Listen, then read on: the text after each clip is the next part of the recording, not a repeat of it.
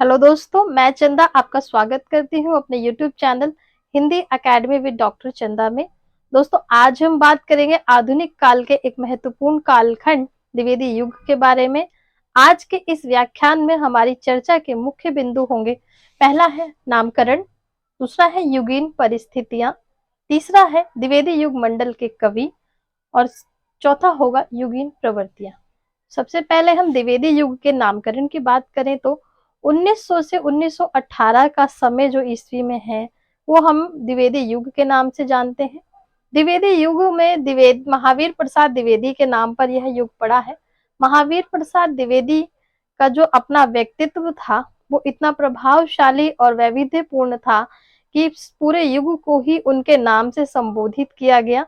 महावीर प्रसाद द्विवेदी का सबसे बड़ा योगदान द्विवेदी युग में ये है कि उन्होंने काव्य भाषा के रूप में खड़ी बोली को प्रतिष्ठित पूर्ण रूप से कर दिया। और तो और खड़ी बोली का जो विकास और जो उसकी एक परिपक्वता और प्रौढ़ता हम देखते हैं वो हमें द्विवेदी युग में दिखाई देती है।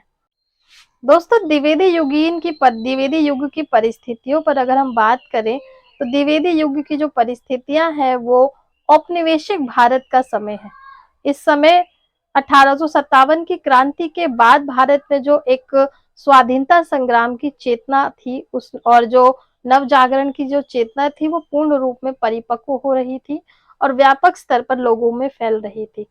असहयोग और स्वदेशी आंदोलन भी द्विवेदी युग की एक बड़ी जो है वो घटनाएं थी राजनीतिक, जिस कारण जो स्वदेशी आंदोलन और असहयोग आंदोलन की जो चेतना की लहर थी और विभिन्न जो नेता थे उस समय के वो वो जो ये सारी चेतनाएं मिलकर भारत में एक ऐसा माहौल तैयार कर रही थी जिसमें पूरे भारत में एक नई परिस्थितियां जन्म लेती हैं। इन परिस्थितियों में को महावीर प्रसाद द्विवेदी ने अपने समय की मांग को समझते हुए उन्होंने खड़ी बोली में कविता रचने का प्रयास किया। महावीर प्रसाद द्विवेदी की अपने युग की एक सबसे दो महत्वपूर्ण भूमिकाएं रही। सबसे पहला तो ये कि उन्होंने अपने समय के स्वाधीनता संग्राम से जुड़े हुए व्यक्ति थे। वो सरस्वती पत्रिका का संपादन भी कर रहे थे। तो उन्होंने अपने समय की जो एक मांग को देखते हुए काव्य भाषा के रूप में खड़ी बोली को प्रतिष्ठित किया। दूसरा कि काव्य भाषा की जो जो खड़ी बोली का जो व्याकरणिक रूप था उसको व्यवस्थित और परिमार्जित करने में भी हमें महावीर प्रसाद द्विवेदी ने एक महत्वपूर्ण भूमिका निभाई। भाषा को उन्होंने एक व्याकरण सम्मत मानक भाषा बनाया और उसको और जो अपने समय के जो लेखक थे अपनी पत्रिका के माध्यम से भी उन्होंने भाषा के व्याकरणिक रूप पर विशेष ध्यान दिया और सभी लेखकों को भी प्रेरित किया कि वह अच्छी और एक परिमार्जित भाषा में अपनी कविताएं, अपनी रचनाएं और अपने स्तंभ लेख लिखें। महावीर प्रसाद द्विवेदी ने अपने समय के लेखकों को साहित्य रचना के लिए भी प्रेरित किया और पत्रिकाओं के संपादन कार्य से जुड़ने के लिए भी प्रेरित किया, जिस कारण उनके समय में जो उनके मंडल के कवि थे वो उन्होंने व्यापक रूप में बहुत ही बेहतरीन स्तर की कविताएं और रचनाएं लिखी। अयोध्या सिंह उपाध्याय, हरिऔध और मैथिली शरण गुप्त महावीर प्रसाद द्विवेदी के संपादक मंडल के ही कवि थे, द्विवेदी मंडल के। और इनकी जो रचनाएं थी वो अपने समय की महान रचनाएं साबित हुई। द्विवेदी मंडल के कवियों के बारे में यदि हम बात करें तो महावीर प्रसाद द्विवेदी मंडल के कवियों में सबसे प्रमुख नाम अयोध्या सिंह उपाध्याय हरिऔध का है, जिन्होंने प्रिय प्रवास जैसे महाकाव्य की रचना करी। यह खड़ी बोली हिंदी में लिखा गया हिंदी का पहला महाकाव्य था, जिसकी जो प्रासंगिकता और जो रचना की जो विशिष्टता है वो उसके 100 साल बाद यानी कि वर्तमान युग तक बनी हुई है। उसके अतिरिक्त उन्होंने क्या कहते हैं चुभते चौपदे, चौके चौपदे, वैदेही वनवास आदि अन्य रचनाएं भी लिखी। द्विवेदी मंडल के अगले कवि जो सबसे महत्वपूर्ण कवि थे वो थे मैथिली शरण गुप्त। मैथिली शरण गुप्त महावीर प्रसाद द्विवेदी के व्यक्तित्व से विशेष रूप से प्रभावित थे। इस युग में उन्होंने द्विवेदी युग में उन्होंने साकेत जैसे महाकाव्य की रचना की। साकेत की सबसे बड़ी विशेषता यह थी कि यह अपने युग की प्रवृत्तियों और अपने युगीन समस्याओं से संचालित रचना थी, उससे प्रेरित रचना थी। इसमें साकेत जो रचना है उसमें राम के जीवन पर काव्य लिखा गया था, जिसमें राम एक ईश्वर नहीं बल्कि मानव के रूप में भारत में क्या कहते हैं, एक मनुष्य के रूप में जीवन की समस्याओं को झेल रहे हैं और संघर्ष कर रहे हैं, जिसमें और सबसे बड़ी चेतना ये थी कि इसमें उन्होंने इहलोक की चिंता की। इहलोक का मतलब था कि परलोक की चिंता ना करके राम स्वयं इहलोक की चिंता कर रहे हैं।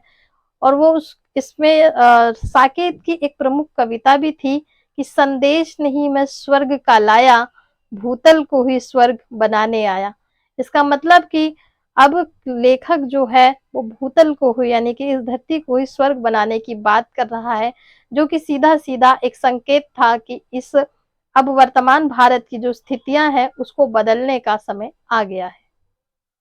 इसी दोस्तों द्विवेदी युग की प्रमुख प्रवृत्तियों पर अगर हम बात करें तो इस युग की सबसे पहली और महत्वपूर्ण प्रवृत्ति थी वो थी विषयों की नवीनता।